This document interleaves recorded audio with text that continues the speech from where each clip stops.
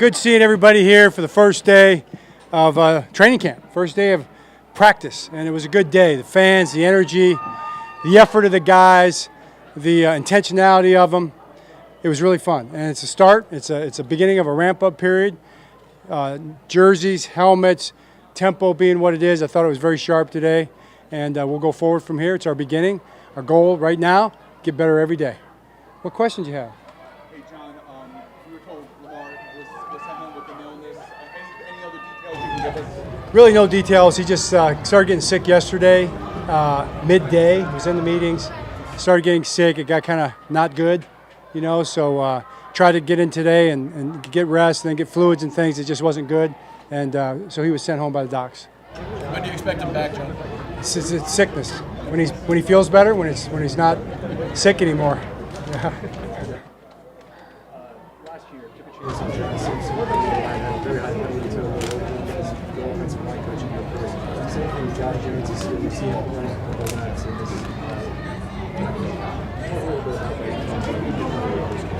Well, yeah, talk about John Simpson, obviously. He went on and is doing really well and had a big contract and had a great year for us, most importantly. We were thrilled with that. And you got Josh and other guys who are trying to fill that spot and do the things they got to do to play winning football up front. And they're doing a great job working hard. And that is just part of the process every day of getting better. To me, it's not a one-day thing, obviously. It's an everyday thing over a period of time to build into that kind of winning football. John, how pleased were you to be able to bring in Eddie Jackson? We talked to you a lot about the safety depth, and clearly someone who has experience and has played at a high level for a long time. Very excited to bring in Eddie Jackson. He's a guy that I can remember like it was yesterday. Boy, time flies. Life is short. Run to the ball. And I remember him running to the ball for Alabama. When we were looking at the draft and having all these good years in Chicago, playing against him. Now to have him here. See, I happened to be at the hotel last night doing bed check when he came in, on his flight. And I was like, oh, you're taller than I remember. It's like, I just saw him 3 days ago. So he's ready to go. Big smile on his face. Very excited. Last year, Kyle Van Noy was added late September. How good is for him to join and be present in the training camp with both players? Kyle Van Noy. Yeah, Kyle, to be here from the beginning is a big difference, And I tell you, Kyle's a pro. He knows how to get himself ready. He proved that last year.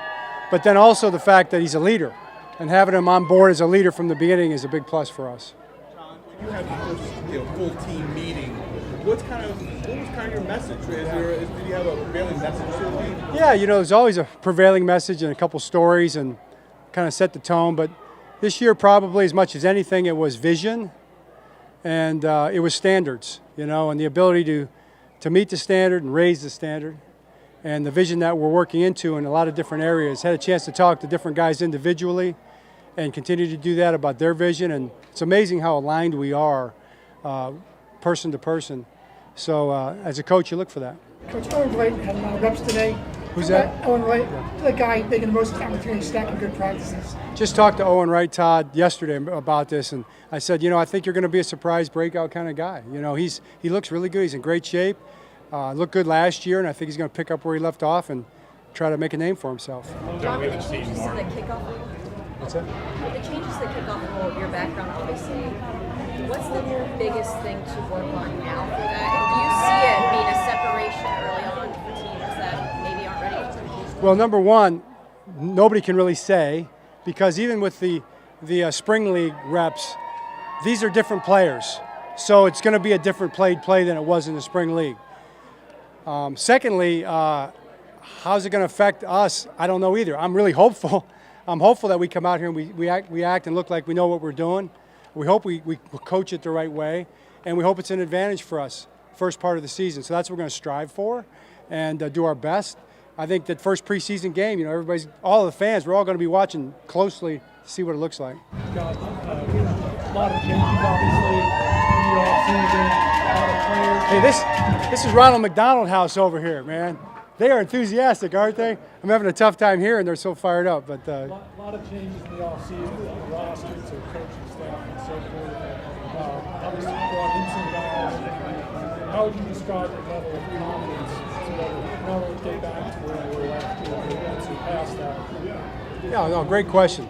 There is a significant amount of change, and and probably certainly more coaches than you normally see, probably than anybody had this year around the league. Probably player turnovers, probably the same as everybody else. You could look into that and research it. So that is part of how it works in the National Football League, and we embrace it. I think we embrace opportunity on the coaching staff side for these guys to move up into these positions, guys like Zach, Chris Hewitt, and prove themselves even more than they have already. And then embrace it as players too for, a guy like Trenton Simpson, getting an opportunity to make a name for himself. So I like our guys, and I'm very optimistic that they'll do very well. I know you guys have obviously have a bunch of workouts already, OTAs and minicamp. Who's that? I know you guys have been out here already for things like minicamp and OTAs, but is it a different feeling for you first day of training camp? It is. It's a different feeling. I mean, now it's legit, Well, now they have to be here. That's a good thing. But it's I think everybody's focus does dial in a little bit more, a lot more, because the time is at hand. The schedule's in front of us. The countdown's begun. And we're getting ready for something we're about to embark on. It's going to be very, very challenging, but we're up for it. John, back to the kickoff. In terms of the work you did on it in the spring and maybe the research you put into it, do you feel like you have a handle yet on what you're going to do, the way you're going to approach it, or is it still the great unknown even from that part? Well, we do have a handle on the way we're going to approach it for sure, and then we'll learn about what adjustments we'll have to make. We also know that we're going to learn as we go, and there'll be tweaks, just like there always is. But I am confident that we have a good handle on the angles of the play, the speed of the play, things like that. We didn't see Marlon Humphrey practice today. He's had a really good practice. How beneficial? He was pretty much hurt from the beginning of camp. How beneficial would it be to have him have full training camp, be healthy, and be available? Oh, having Marlon Humphrey at full speed and at his best would be massively beneficial.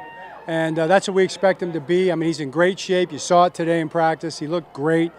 Gives us some great versatility in the back end, moving guys around. So, I would never discount Marlon Humphrey if I was an opponent. I believe in Marlon. I think he's one of the best players, one of the very, very best corners in the National Football League. Do two more. Kyle Hamilton, game tape, practice, what most stands out to you watching Kyle Hamilton? Man, how do you pick one thing with Kyle Hamilton? Because he's kind of the complete package. I think that's probably what stands out the most. The thing that he and I have been talking about from a vision standpoint, probably as much as anything, is him embracing his position as a respected leader on the team. He's in his third year. It doesn't seem like very long. He just got here, right? But he's an established star player in the league, and he's most highly respected by everybody. So he has already been grown into that leadership role, and I think he's going to blossom even more going forward. John, whenever you go reach that ultimate goal, there's going to be some criticism, and a lot of criticism gets directed at the quarterback, Lamar. And you've always been very supportive of Lamar. How do you kind of address that criticism? That's a great question. It's like, you ever heard the old saying, you guys played sports, they used to tell you don't read your press clippings, right? We don't really have press clippings anymore. We got the phones and the computers. Press clipping, at least if it was bad, you could throw it up and throw it in the trash can. Now I want to. So I do flip through them, to be honest with you. I read the stuff. I see the guys say what they say on the shows. At least I get clips of them because they come up on your phone. And the good ones I just scroll past because, that's candy, that's not real. But the bad ones, it's like you roll it. I read it right away, and don't let it go. And that's okay. That's part of the deal. And Lamar, for whatever reason, there's a lot of great things said about Lamar, but there's a lot of stuff that's said that you got to just scratch your head about and kind of wonder, what's that person even thinking, So, but we take it personally. Lamar's a guy all his life. Lamar Jackson has been a guy who's been answering those same questions. I'm talking about since he was a kid. Junior high, high school, college, the draft, the success he's had in the National Football League, and it still comes up. Okay? And he's still growing. He's got a growth mindset. He's going to get better and better, no doubt. But what does he have to do to prove himself to some people, right? And so the thing for me is it's talking about vision again. There's a vision. And I believe the Ravens and we've always had a vision for Lamar Jackson. It started with Lamar's vision and his mom's vision when he said he was going to be a quarterback. was going to be a quarterback in high school. He's going to be a quarterback in college. He's going to be a quarterback in the National Football League. And we bought into that. We embraced it. We built an offense for it at 19. We're building another offense for it in 23 and 24 going forward, right? The next iteration of our offense around Lamar Jackson. Because in my opinion, the vision for Lamar Jackson, and it's a vision, it's something you see it like it's already happened. You can see it like it's already been done. The victory has already been won when you pour into a vision. And the vision that we have together is that Lamar Jackson is going to become and be known and be recognized as the greatest quarterback ever to play in the history of the National Football League. That's the vision, all right? It's going to happen by Lamar, his work ethic, and his brilliant talent, by all of us pouring into that effort together as a team, teamwork, and by the grace of God and God's goodwill. That's how it's going to happen. And I believe it like we've already seen it. Okay? I think we'll end it on that. All right, thanks.